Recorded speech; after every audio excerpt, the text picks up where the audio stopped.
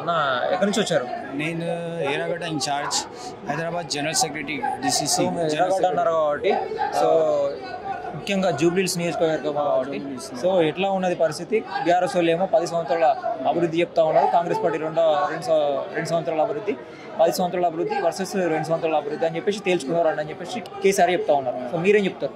BRS పార్టీలో 10 years ఉంది, ఏం పని చేయలేదు. ఇప్పుడు 2 years కాంగ్రెస్లో మంచి పని చేసినావా?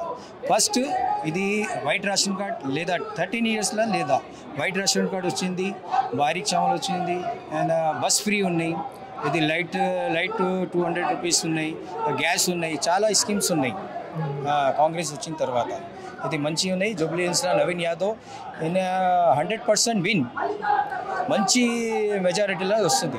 కాంగ్రెస్ పార్టీ వచ్చినాకనే పాలన ఆగమైపోయింది. కేసీఆర్ ఉన్నప్పుడే పథకాలన్నీ కరెక్ట్ అమలయ్యేది.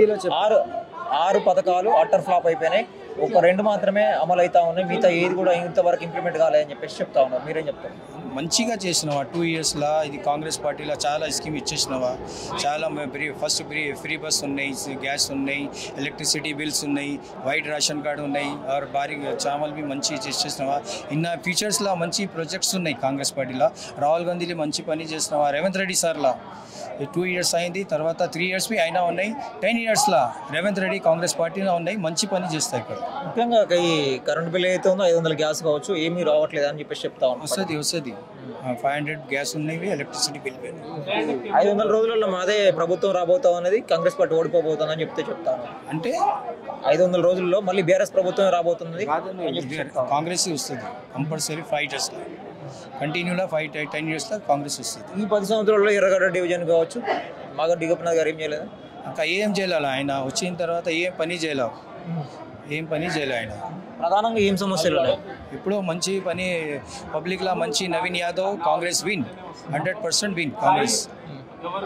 ముఖ్యంగా మైనారిటీలకు ఈ మంత్రి పదవి ఇవ్వడం కావచ్చు, ఇస్తే అది కేవలం ఓట్ల కోసం ఇచ్చారని చెప్పేసి చెప్తా ఉన్నారు. మైనారిటీస్లో చాలా మంచి స్కీమ్స్ ఉన్నాయి. మైనారిటీస్లో ఇది స్వింగ్ మిషన్స్ బి ఇచ్చేసినవా? మైనారిటీస్ లోన్స్ ఉన్నాయి, చాలా స్కీమ్స్ ఉన్నాయి మైనారిటీస్కి. డబల్ బెడ్రూమ్ హాల్ కూడా, ఇంద్రమ్మ ఇల్లు ఉన్నాయి, చాలా మైనారిటీస్ స్కీమ్స్ చాలా ఉన్నాయి. ముఖ్యంగా డబుల్ బెడ్రూమ్ ఇసరికి ఇంకా ఇప్పటివరకు ఏమి 5 లక్షలు ఇస్తా ఉన్నారు, అది కూడా ఇవ్వలేదు. జస్ట్ బీఆర్ఎస్ ఉన్నప్పుడు మాత్రము కట్టించారని చెప్పేసి కొంతమంది. బీఆర్ఎస్లో ఇచ్చేసినవా అంటే ఇన్కంప్లీట్లా ఉన్నాయి. ఇప్పుడు రేవంత్ రెడ్డి వస్తే కంటిన్యూ చేస్తాయి. ఇది డబుల్ బెడ్రూమ్లో ఇంద్రమ్మ ఇల్లు చాలా పబ్లిక్ ఇచ్చేసినవా.